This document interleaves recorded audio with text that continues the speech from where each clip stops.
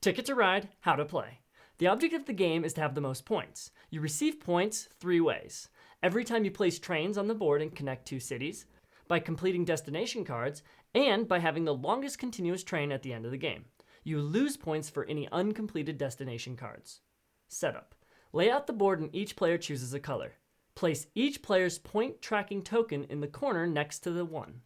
Shuffle the train cards and deal 4 cards to each player. Place the deck on the table and turn over the top 5 cards face up on the table. Shuffle the destination cards and deal 3 to each player. Each player may discard 1 of those if they like. Any return destination cards are placed at the bottom of the destination deck. Destination cards remain hidden from your opponents until the end of the game. The person with the most travel experience goes first. On your turn, you perform one of 3 actions. Draw 2 train cards, claim a route, or draw destination tickets. If you draw train cards, you may draw from the face-up cards or the top of the deck, or one of each.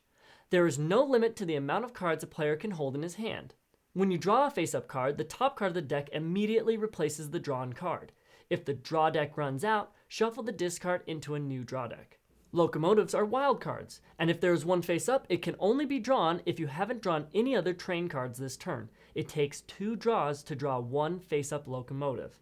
If your first draw was from the top of the draw deck and it was a locomotive, you are allowed to draw again. Whenever there are 3 face-up locomotives, discard all 5 face-up cards and flip 5 new ones over. To claim a route, you must play a colored set of train cards from your hand equal to the color and quantity of the route you wish to claim. Then, place your colored train pieces on the board, thus claiming your route. You may not mix card colors unless it is a locomotive, and you may not partially claim a route if you don't have enough cards. Once you claim a route, it is permanently yours for the rest of the game. If the route color is gray, then you are allowed to use any of one color to claim that route. If there are 2 paths next to each other, known as a double route, a single player may only claim one side. If you are playing with 2 or 3 players, treat double routes as if they were single routes. Each time you claim a route, you gain points based on how long the route you claimed is. If the route is 1 train long, you receive 1 point. If the route is 2 trains long, you receive 2 points. 3 trains is worth 4 points, 4 is worth 7, 5 is 10, and 6 is 15. Each time you claim a route, move your point tracker up the corresponding points. If on your turn you choose to draw destination cards, you draw 3 new ones and you must keep at least 1 of them. Any ones you discard are placed under the destination deck. Destination cards give or take away points at the end of the game as indicated by the number on the card. Add points to your score if you successfully connect the specified routes on your destination card. The path does not need to be the most efficient for it to count.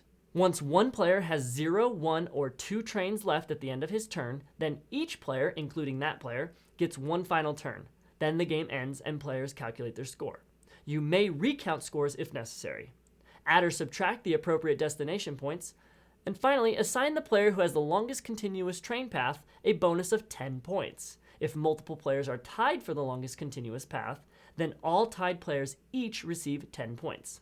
Tally up all the points and the player with the most points wins. If there is a tie, then the player who completed more destination cards wins. Still a tie, then the player who had the longer continuous path wins.